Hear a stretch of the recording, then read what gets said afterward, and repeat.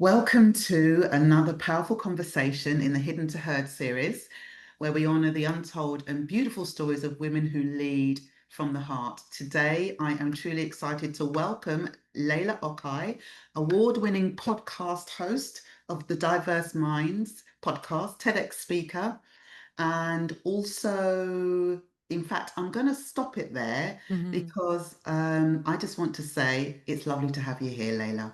Oh, it's so lovely to be here, Abby. And I know you were on my show some time ago, so it's really great to be on yours. Yeah, I was. And I will say, in my earlier days, in fact, Layla was one of the first incredible women to have me on her podcast. And I think at the time I was probably a little bit nervous because I hadn't been doing much of that stuff. And Layla just put me to ease. Hmm. All went well. So, yeah, thank you. And I appreciate that. So, let me come back and tell you a little bit more about Layla. As the founder and CEO of Diverse Minds, Layla enables organizations to create mentally healthy and equal workplaces through coaching, training, speaking, and consultancy, with a focus on practical mental health strategies, cultural awareness, and race equality to facilitate a positively productive workplace. So, Layla, I'm excited to just delve straight in with the questions. And so, my first question, Layla, is in a world of cultural awareness, you've likely held space for many powerful stories, particularly on your podcast and the talks that you do. But I'd love to begin with yours. Tell me your story. Yeah, it's an interesting one. And I know that one of the aspects of this series that you're doing is around hidden stories and Yeah. your voice being heard. And I think I've always been quite strong in my voice, but it's not been heard and it's not been received very well. So I feel like I've had to fight very hard in spaces. Yeah. So it's a really interesting one. And it was so lovely. Thank you for the introduction. You saying all these nice things to me. I just sort of it's really lovely to hear, but I just think, oh gosh, I don't know if that's I don't feel that way. It's fascinating that people see you in a particular way, but you may Yeah. not feel that way. So I also wanted to flag that up. Yeah, so my story, I mean, I my career started in student union activism. Okay. And I was an elected student union officer at the University of Leeds, 2003 to 2004. And actually, I'm so glad I had that grounding. It gave me such a deep insight into politics, Yeah. and particular parties. And I won't go down that road unless someone wants to ask me, but really horrified by what I saw. And that was 22 years ago when we didn't have social media and when we didn't have Mm, things we have now. So actually, a lot of the things that we see now, and obviously I'm not in the inner circle of that, but yeah. I'm not hugely surprised, sadly, because of what I saw 22, 23 years ago in the student microcosm of politics. So that was a very interesting perspective. And I think that in a way it was a great role to have, but I also think what happened is it put me on a pedestal because you're this elected officer, you get to make decisions, you Mhm. get to do all these things. And then my goodness, did I have a fall from grace. So I then went on to work at the University of Oxford in widening participation, and that was a Mhm. horrible, horrible shock. I mean, talk about your voice not being heard. I was bullied, and actually, one of the people I worked with actually was an MP for a time. They've just lost their seat in the last elections. It's interesting. And Okay. the very poor misconduct that happened there and went unchallenged was quite shocking. So, Yeah. yeah. And then I got seconded to be a race equality projects officer at the University of Oxford. And actually, at that point, I had a brilliant manager. Then there was a restructure, then things changed. And actually, I think it was only really until I went to work at Imperial College London that I felt I could step into my leadership zone, that I was seen, that I was given a chance, that Yeah. I was, yeah. So yeah, it's been a very long journey. And I think one of the reasons I work for myself is Mhm. because I can't keep battling the workplace politics. I just couldn't do it anymore. Yeah, I Mm. hear you. Thank you. Thank you for answering. And I just think it's really interesting the kind of the trajectory of time. Like you're talking Mm, about 22 years ago yeah. and not the same, but I'm sure there are similar conversations like still being had. So it's really interesting to hear your trajectory, where you've been, what you've done, and your decision to, you know what, let me let Mm. me be the leader of my own life here and put out this incredibly much needed work that you're putting out in the world. So thank you for that. And so you work in spaces where representation, equity, and belonging kind of are the focus. In your experience, what's the difference between being included and being truly heard in the workplace, especially for Black and brown women.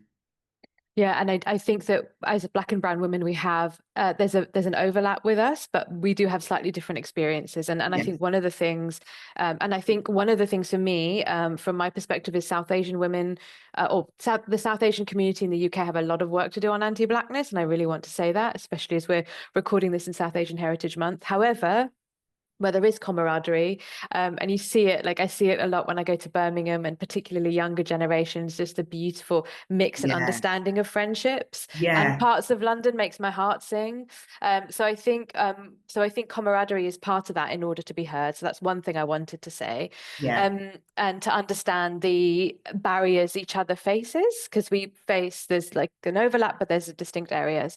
So that's one part of it. I think the other part of it is I really feel that the inclusion and being heard go together, because I think for me, inclusion is around, if we think about, let's say we're having a work meeting, we're having the Mhm. meeting in core hours, so 10 to 4, where it doesn't interrupt people's caring responsibilities, where we've checked diaries, where we've made sure the venue is accessible, there's tea loops that work if people need them, there's BSL interpreters, there's an accessible way to get in and out of the room. If there's a fire or an emergency, people can get in and out of the room, they know the procedure. And actually, we have a process where everyone is heard, even if everyone is included by what they say and heard, even if those comments feel quote unquote challenging or difficult. And I Yeah. think it's to set Yeah. out that at the start, but that doesn't really happen. And I think the other thing, Abby, for me, and I've been thinking about this a lot recently, is how Mm. people's and this will resonate with you given the work that you did on the film, the award-winning film, Yeah. is the baggage, and baggage is not a very nice word actually, the sentiments and the lived experiences we bring in from the workplace with our home life, whatever that home looks like. And sometimes it Yes. doesn't look very nice. And we don't know, sometimes we don't know, or our home can be very quote unquote functional on the outside, but we all have these hidden roles. And I don't think we're conscious when we bring that into the workplace. So Yeah. while I'm not saying I think the workplace should be a therapeutic space for that, I wish there was more cognizance and reflection that we all did to understand that. Yeah. I love, Layla, that you brought that point in. I think it is so powerful. And I think it is like, it's part of what I call the invisible culture. Yeah, Like it's not definitely. spoken, it's not seen, but Mm, it's just these are the things that you just don't do. Nobody talks yeah, about it, but we just yeah. don't do these things. And I have this analogy where I talk a lot about I used to bring 75% of myself into the workplace and leave 25% outside of the door because my perception was nobody would want to hear that part of me. It wouldn't interest anybody. But also the reflection back on that is actually I also didn't really want to hear it for myself, Mm, and that opens up a whole nother thing. But I think you're right. It's not, we're not asking for a therapy space, mm, but I think wouldn't it be interesting to see if we felt we could bring so much more of ourselves into that space, how those conversations and those cultures would change and shift. And I think become so much more richer for it. Yeah, absolutely. Yeah, wonderful. Thank you for that. Okay, so this is a question kind of taking you back a little bit now. So, if you could speak to a younger version of Layla or to the next generation of women leaders kind of rising, what story would you tell them about the power of staying true to yourself in rooms where you once might have felt invisible? Mm. Yeah, and I think that's such a difficult one, because sometimes we're not in a very difficult, excluding, uncomfortable environment, and not uncomfortable where you feel stretched. So there's uncomfortable where you have to make a big speech or you have to present something and you think, oh Yeah, gosh, I would say, actually in those situations, if not you, then who? And I say that to my coaching clients a lot. I say, if not you, then who? And they yeah, say, yeah. oh, okay. And I think in environments where you're excluded, and actually I remember when we went through this what's the word? I wouldn't say a merger acquisition, a change in line manager. We moved from Hmm. at the University of Oxford, we moved from one department to another, and it wasn't good news. I didn't find it good news, and we got moved back to an old office, and I used to call it the quarantine room because it felt like we were contagious and needed to be quarantined. So when it's an environment like that where you feel you're Yeah, being quarantined or held, or yes. I think there are a couple of things. I think it's I'm not saying accepting the situation and not doing anything about it. But Yeah, yeah, I'm not saying that. But a book that I found really inspirational is Tara Brach's Radical Acceptance. So yeah, whether you are Buddhist, so from a Buddhist perspective, but even if you're non-denominational from a different religion, I think it's very helpful. But she says quite clearly in that book, I'm not saying you don't stand up for yourself. I'm not saying you don't put boundaries down, but it's the kind of kicking and screaming versus, and we do need to have that internally. But yeah, then I think it's yeah, also about observing. So what's actually going on? How much of this is my responsibility? What choices do I have, even though there'll be difficult choices? And who is on my side? And maybe, and at that point for me, there was no one in the workplace I really trusted, but I yes. did have a lot of people on the outside. Okay, okay. And I'm just interested in what you just said, because on the inside there was nobody that you trusted. No. Um, and that must have been challenging. But you had people on the outside. And were they people on the outside that were like colleagues, ex-colleagues? Was that a mixture of family and friends, people that were in similar situations to you? Yeah, it was actually global majority of women from quite senior roles that I'd met Okay. through, yeah, throughout that I'd met through mentoring circles, through Race for Opportunity networking, and yeah, and people I could phone and said, no, come on, you got to keep going. Or some of them were actually colleagues, in other institutions that were really supportive, or just said, we'll keep our eye out for you, keep going, we'll check over CVs for you, we'll do this.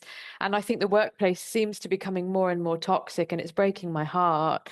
And so I'm not saying these are easy, and I know that people have bills to pay. I know there's a whole, is it cost of living crisis? Is it manufactured? There's all of that going on as well. So I'm not one of these people that says, just pack up your bag and leave, because often that's not possible if you've got Yeah. caring responsibilities. But also it's okay to check out for a while. And if you have to go to work and just do the 9 to 5 or whatever your shift patterns are, and use that time to observe, to plan, to think about your Yeah. exit. Yeah. Yeah. Okay, great. Thank you. Thank you for that. And Layla, can you share a moment in your journey, I guess, when you felt that your voice, I mean, you've always had a voice, and I can hear that, and I think that's beautiful, but was there ever a moment when you kind of felt that your voice was like truly heard, not just listened to, but really heard?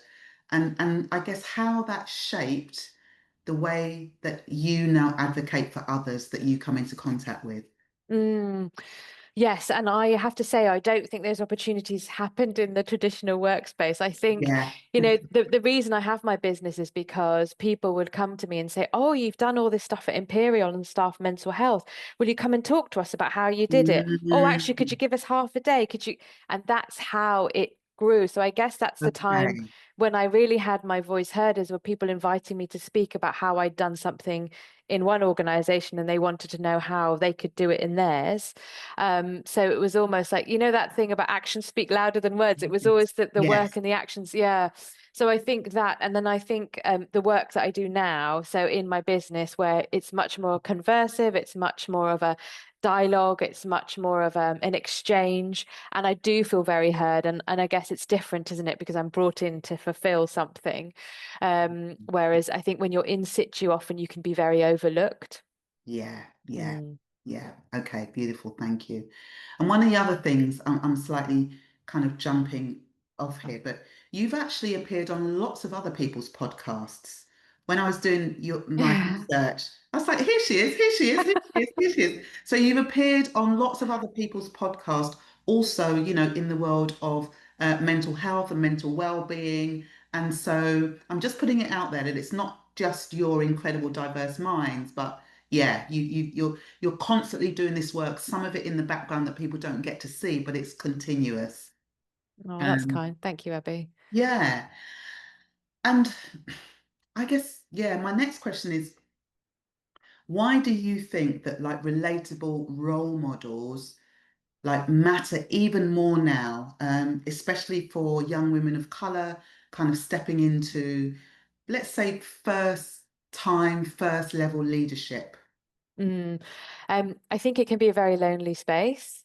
Yeah. I think it depends on where you are in the country. However, we know if we take a data snapshot, even from boroughs in London, even from top corporates in London, you don't see the reflection of the citizenship of London as a city reflected in boardrooms, reflected in council top rooms, reflected in the NHS rooms. You know, the NHS has done a lot of research on that and has shown that.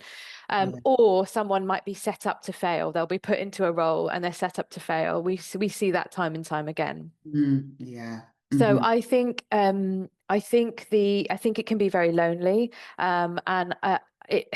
And I think it's about also knowing your leadership signature. So what do I mean by that? Yeah. So yeah, so it might be around, so first of all, thinking about your values, and some of our values shift as we get older because of things that Hmm. happen in our life. So Yeah. looking at your values, the 5 words, and actually I use a tool. I've got some really great values cards that I use with my coaches. And recently, this is interesting. She's not from a Black or global majority background, but she said, I don't think my values fit me anymore. I'm going to go away and have a think about this and come back at our next coaching session because I'm operating in old values and I'm stuck. So, Yeah. so That's a that good one. Yes. it's really interesting, isn't it? And I said, oh, well, you know, thank you for your reflection. That's really interesting that that resonates with you so much.